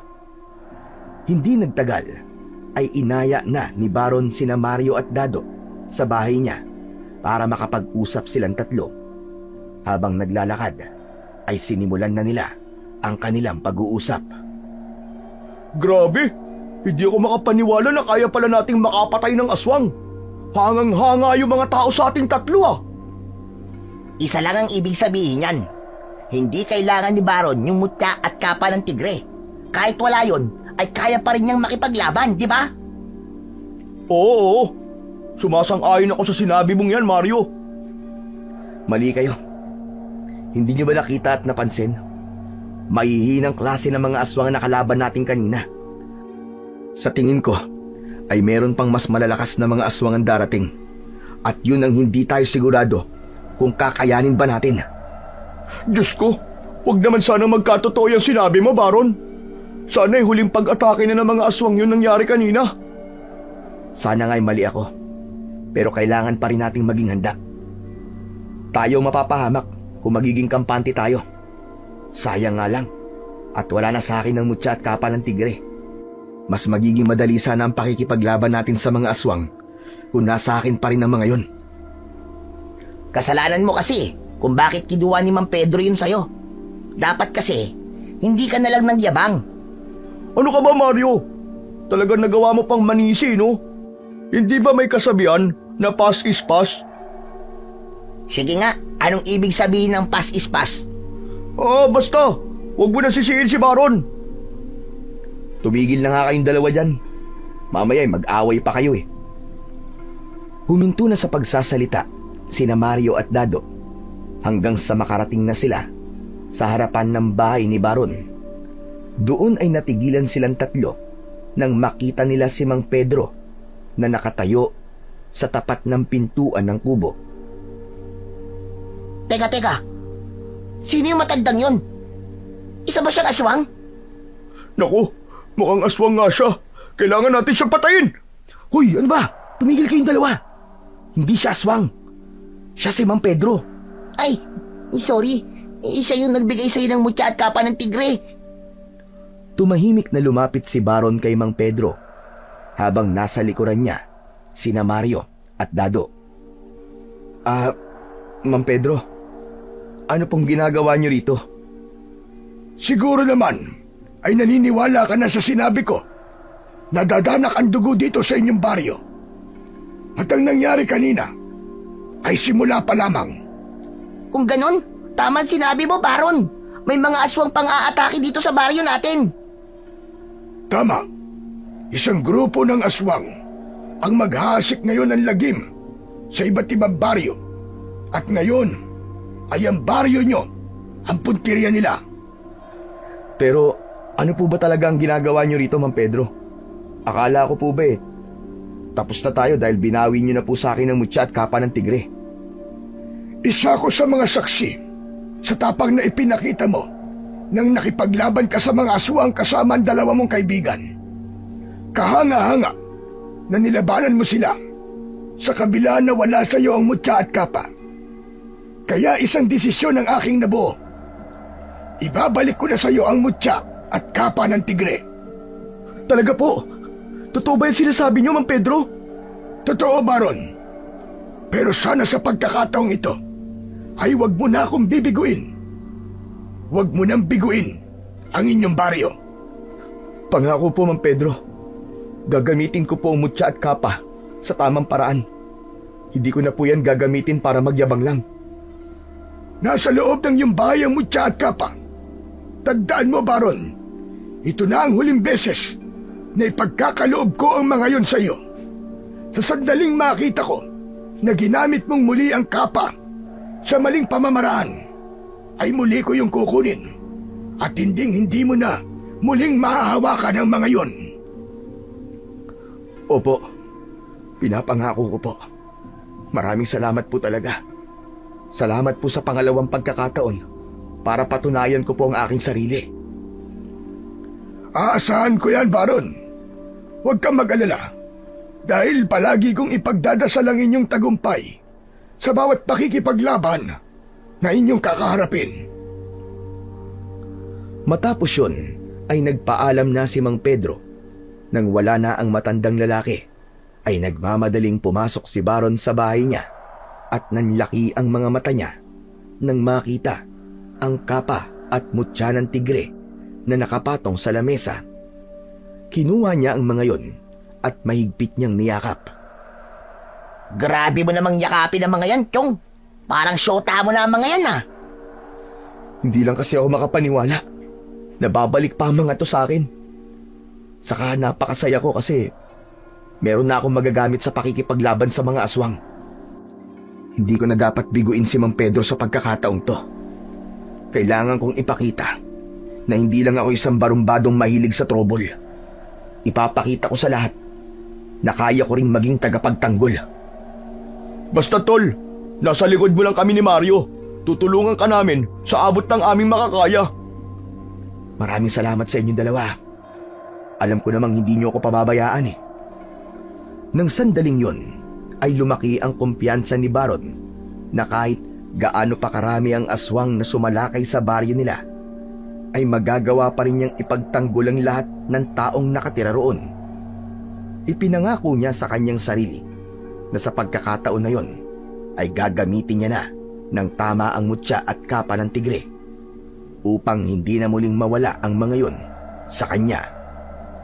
Simula noon ay halos gabi-gabi nang nagbabalik ang mga aswang sa baryo ni na Baron upang umatake. Hindi na natakot si Baron sa tuwing maririnig niya ang mga sigaw at kaguluhan. Sa halip, agad niyang isinusuot ang mutya at kapa ng tigre upang harapin ang mga aswang. Sa tulong ng matalim niyang itak, ay napapabagsak niya ang mga aswang na nagtatangkang pumasok sa mga bahay o pumatay ng mga tao. Unti-unting nasanay ang buong baryo sa pakikipaglaban ni Baron sa mga aswang, at yun ang naging dahilan upang hangaan siya ng mga tao sa magandang paraan. Mula sa pagiging kinatatakutang siga ay naging tagapagtanggol siya ng kanilang lugar. Napagtanto ni Baron na mas masarap sa pakiramdam ang tumulong at magligtas ng iba kaysa sa manalo sa isang suntukan. Ang bawat gabi ng pakikipaglaban niya sa mga aswang ay unti-unting binago, hindi lang ang tingin ng mga tao sa kanya, kundi pati ang pananaw niya sa sarili. Hanggang sa dumating ang mga gabi na wala ng aswang ang umaatake sa baryo ni na Baron, inisip nilang lahat na natakot na ang mga aswang kay Baron, kaya wala nang nagtangkang lumusob doon upang maghasik ng lagim. Isang umaga, habang nakaupo si Baron sa harapan ng kanyang kubo, ay dumating sina Mario at Dado. Bakas sa mukha ng dalawa ang labis na kasiyahan. Teka, anong meron? Parang ang saya niyong dalawa. Tumama ba kayo ng jackpot sa loto? Parang mas matindi pa sa tumama sa jackpot sa loto ang pakiramdam namin, Chong. Ang sarap pala sa pakiramdam na magkaroon ng kaibigan na hinahangaan ng lahat. Hindi lang yun, itinuturing ka pang bayani at tagapagtanggol dito sa baryo natin. Alam mo ba na pinag-uusapan ka na ng mga tao doon sa may plaza? Ang sabi nila ay masaya sila sa pagbabagong nangyari sa'yo. Akala kasi nila ay hanggang pakikipagrambulan lang ang alam mo eh. Sobra nga sila nagpapasalamat sa'yo eh. Alam nyo, napakasarap sa pakiramdam na nakakatulong ako sa mga tao rito sa baryo natin.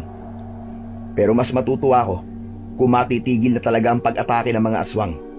Kahit may mutya at kapa ako ng tigre, ay nakakapagod din na makipaglaban. Pero ang sabi ng iba ay mukhang wala ng aswang ang aatake dito sa atin. Ilang gabi na kasing walang pag-ataking nangyayari, di ba? Yan nga rin ang napansin ko eh. Malamang natakot na mga aswang sa'yo. Kasi nakita ng mga aswang na kahit mag-isa ka lang, ay marami ka pa rin napapatay sa kanila. Sana nga totoo yung sinasabi nyo. Sana nga ay tapos na ang kalbaryo natin sa mga pesting aswang na yon. Pero ewan ko ba, hindi pa rin ako mapakali. Palagi akong kinakabahan tuwing gabi. Parang sinasabi sa akin ng mutya at kapa na hindi pa tapos ang laban ko sa mga aswang. Ano ka ba? Huwag kang kabahan. Panigurado naman na kahit may mga aswang pang umatake dito sa atin, ay hinding-hindi sila uubra sa'yo, Baron. Isang matipid na ngiti ang pinakawalan ni Baron. Ang totoo, kahit ilang gabi nang walang pag-atake ng mga aswang, ay hindi pa rin niya magawang maging kampante. Malakas kasi ang pakiramdam niya na hindi pa rin tapos ang pakikipaglaban niya sa mga aswang. Pagsapit ng gabi, habang naglalatag si Baron ng banig, ay may narinig siyang mahihinang katok sa pinto. Itinigil muna niya ang ginagawa upang pagbuksan ang kung sinong nasa labas. Sa pagbukas niya ng pinto, ay nagulat siya nang malaman na si Erwin ang naroon. Ano to? Anong ginagawa mo rito, Erwin? Pasensya ka na kung nagpunta ako rito ng ganitong oras. Pero huwag ka mag-alala, dahil di ako nagpunta rito para makipag-away sa'yo. Matagal ko nang tinanggap na wala akong laban sa'yo. Ang totoo niyan ay isa ako sa mga humahanga sa'yo dahil sa pakikipaglaban mo sa mga aswang. Mabuti naman dahil wala rin akong balak na makipag-away sa'yo. Itinigil ko na ang bagay na yan dahil wala rin naman ako mapapala eh. Pero teka, Ano ba nakain mo at bigla kang nagpapakumbaba ngayon? Gaya mo, ay naisip ko rin na walang magandang maidudulot ang pakikipag-away ko sa'yo. Gusto ko na sanang makipag-ayos sa'yo eh. Pwede bang sa labas tayo mag-usap? Bakit sa labas pa? Pwede namang dito na lang ha. Sige na, Baron, pagbigyan mo na ako. Gusto ko rin na maglakad-lakad tayo habang nag-uusap eh. Sandaling nag-isip si Baron hanggang sa pumayag na rin siya sa gusto ni Erwin. Isinarado niya ang kanyang kubo at sumama siya kay Erwin para maglakad-lakad. Sana'y mapatawad mo ko sa mga nagawa ko sa'yo, Baron. Aminado ko na ako nagsimula ng pag-aaway natin nung mga bata pa tayo. Paano? Naiinggit kasi ako sa'yo kasi mas matalino ka kaysa sa akin. Yun lang ba? Diyos ko naman. Kalimutan na natin ang lahat ng yun. Hindi pa naman huli ang lahat eh. Para magsimula tayong muli. Hindi na muling nagsalita si Erwin matapos yun. Patuloy lang sila sa paglalakad hanggang sa makarating na sila sa parte ng baryo na wala ng kabahayan. Huminto si Baron sa paglalakad kaya may pagtatakang napatingin si Erwin sa kanya. Bakit tumigil ka sa paglalakad? Kailangan ko nang umuwi. Nasabi mo naman siguro ang mga gusto mong sabihin, di ba? Sa totoo lang, hindi pa lahat, Baron eh. Hindi ko pa nasasabi sa iyo ang lahat ng gusto kong sabihin. Kung ganun, sabihin mo na lang mabilis. Inaantok na kasi ako eh. Gusto ko nang umuwi at matulog. Bagyang kinabahan si Baron nang nakakalokong ngumisi si Erwin. Gusto kong sabihin na lahat ng sinabi ko sa iyo kanina ay hindi totoo. Alam mo kung ano ang totoo? Dinala kita sa lugar na to dahil may isang nilalang na gusto kang makita. Bago pa makapagsalita si Baron, ay nakita niya ang paglabas ng isang may kalakiyang aswang mula sa kasukalan. Kakaiba yun sa mga aswang na mga nakalaban niya. Mas malaki ang katawan nun at may kakaiba yung kasuotan na parang mula pa yun sa isang sinaunang tribo. Meron yung dalawang mahabang sungay na parang sa kalabaw. Kinabahan si Baron dahil hindi niya dala ang mutya at kapa ng tigre. Sa wakas, nakaharap ko na rin ang taong pumatay sa napakarami kong alagad. Erwin, anong ibig sabihin nito? Lumapit sa akin ang pinuno ng mga aswang na nasa harap mo ngayon. Sinabi niya na kung ituturo ko kung sino ang pumapatay sa mga alagad niya, ay hindi niya ako sasaktan at gagawin pa niya ako na isa sa malalakas niyang alagad. Pagkakataon ko na to para pumantay sa lakas mo, Baron. Kaya hindi ko na to pakakawalan. Hayop ka! Traidor ka, Erwin! Traidor ka sa baryo natin! Hindi siya pinansin ni Erwin. Bagkus ay lumapit ito sa pinuno ng mga aswang. Ngayong ginawa ko ng gusto mo, ibigay mo na sa akin ang aking gantimpala. Gawin mo na akong malakas na aswang ngayon din dahil hindi na ako makapaghintay na patayin si Baron. Sige na, gawin mo na akong aswang! Ngumisi ng malaki ang pinuno ng mga aswang. Lumabas ang matutulis nitong mga ngipin. Labis na nagimbal si Baron nang biglang nilaslas ng aswang ang leeg ni Erwin gamit ang matutulis nitong mga kuko. Bumagsak si Erwin sa lupa habang walang tigil ang pag-agos ng dugo sa napakalaking sugat nito sa leeg. Walang gantimpala ang nararapat sa mga taong kagaya mo. Ngayon, ikaw naman ang papatayin ko. Sa tingin mo ba ay palalampasin ko ang ginawa mo sa mga alagad ko? Ngayon mo subukan ang pagiging tagapagtanggol mo. Tignan natin kung magagawa mo pang ipagtanggol ang baryong to mula sa akin. Biglang sumugod ang aswang kay Baron. Napakabilis ng galaw nito at dumaplis sa braso niya ang matutulis nitong mga kuko. Napaatras si Baron habang dumadaloy ang dugo mula sa kanyang braso. Paulit-ulit siyang inatake ng pinuno ng mga aswang. Napansin niya na hindi nito masyadong nilalakasan ang bawat pag-atake nito na parabang pinaglalaruan muna siya nito. Nang bumagsak ang sugatang si Baron, ay malakas na tumawa ang aswang. Ikaw ba talaga ang sinasabi nilang tagapagtanggol? Bakit wala kang kalaban-laban sa akin? Mahihinang aswang lang ba ang kaya mo? Ang buong akala ni Baron ay katapusan niya na. Pero biglang dumating sina Mario at Dado. Hawak ni Mario ang mutya at kapa ng tigre. Samantalang Itak naman ang dala ni Dado. Anong ginagawa niyo rito? Umalis tayo! Hindi kami aalis dito, Chong. Hanggat hindi namin naibibigay sa iyo mga kailangan mo. Mabuti na lang at sinundan ka namin dito. Ano ba? Mamaya na kayo mag-usap. Isuot mo na kay Baron ng mutya at kapa. Mabilis na isinabit ni Mario ang kapa sa balikat ni Baron. Sunod naman itong isinuot sa liig niya ang mutya ng tigre. Naramdaman ni Baron ang biglang pag-agos ng kakaiba at malakas na enerhiya sa kanyang mga ugat. Ang dating panghihina ay napalitan ng pambihirang lakas. Maraan siyang tumayo at matapang na humarap sa pinuno ng mga aswang. Tol, ito na ang Itak mo. Ikaw na ang bahala sa dambuhalang yan. Tinapik ni Dado sa balikat si Baron at saka ito nagmamadaling lumayo kasama si Mario. Nagtago ang dalawa sa likod ng isang malaking puno upang panoorin ang pagtutuos ni Baron at ng pinuno ng mga aswang. O paano? Pantay na tayo. Ngayon mo ako subukan. Ano yan? Isang mutya at isang kapa? Yan ba ang ginagamit mo? Kaya lumalakas ka? Para sa iyong kaalaman, walang mutya o kahit na anong bagay ang makakatalo sa akin. Mahigpit na hinawakan ni Baron ang Itak habang nakatayo siya sa harap ng pinuno ng mga aswang. Ang malamlam na liwanag ng buwan ay tumatama sa kanya na nagpatingkad lalo sa mutyang kumikislap sa kanyang dibdib. Umatake na ang pinuno ng mga aswang sa kanya.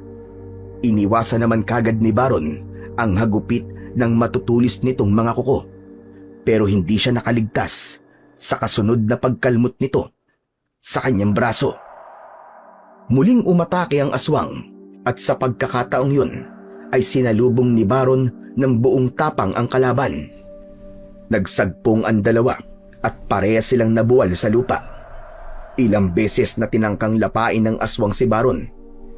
Pilit niyang itinulak ang aswang gamit ang isang kamay, habang ang kamay niyang may hawak sa Itak ay paulit-ulit niyang inuumang sa aswang.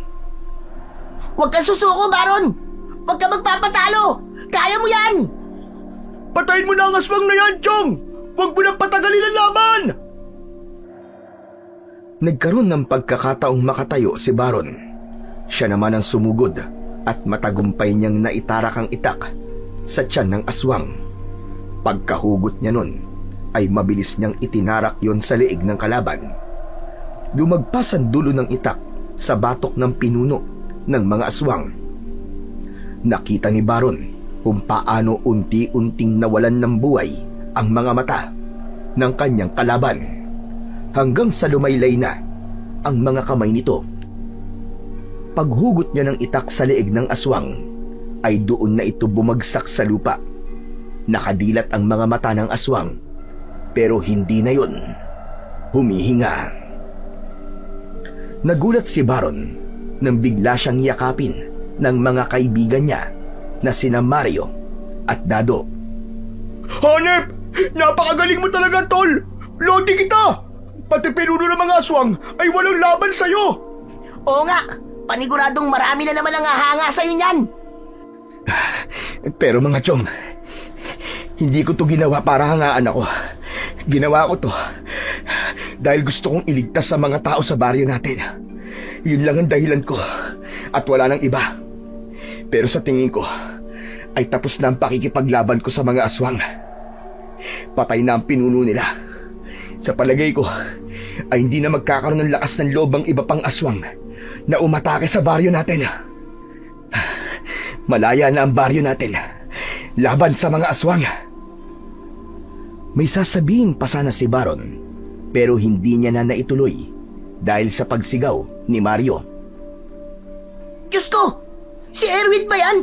Ano nangyari sa kanya? Patay na ba siya? Oo, siya ang may gawa niyan sa sarili niya. Nagtiwala kasi siya sa pinuno ng mga aswang dahil sa kagustuhan niyang mahigitan ako. Nakakalungkot man, pero wala na talaga si Erwin. Sayang lang, at nawala siya na hindi man lang kami nagkaroon ng pagkakataong magkaayos. Malungkot na tinignan ni Baron ang walang buhay na katawan ni Erwin. Ganun pa man, sa kabila ng kamatayan nito, ay may saya siyang naramdaman dahil ramdam niya na simula sa gabing yun ay mamumuhay na ng mapayapa at malaya sa takot ang kanilang baryo. Matapos patayin ni Baron ang pinuno ng mga aswang, ay tuluyan ng naging tahimik ang kanilang baryo. Itinuring na isang bayani si Baron sa kanilang lugar. Ngunit hindi na muling nasilayan ni Baron si Mang Pedro at nanatili na sa kanyang pag-iingat ang mutya at ang kapa ng tigre. Inisip na lamang ni Baron na tuluyan ng ipinagkatiwala sa kanya ni Mang Pedro ang pangangalaga sa mutya at kapa.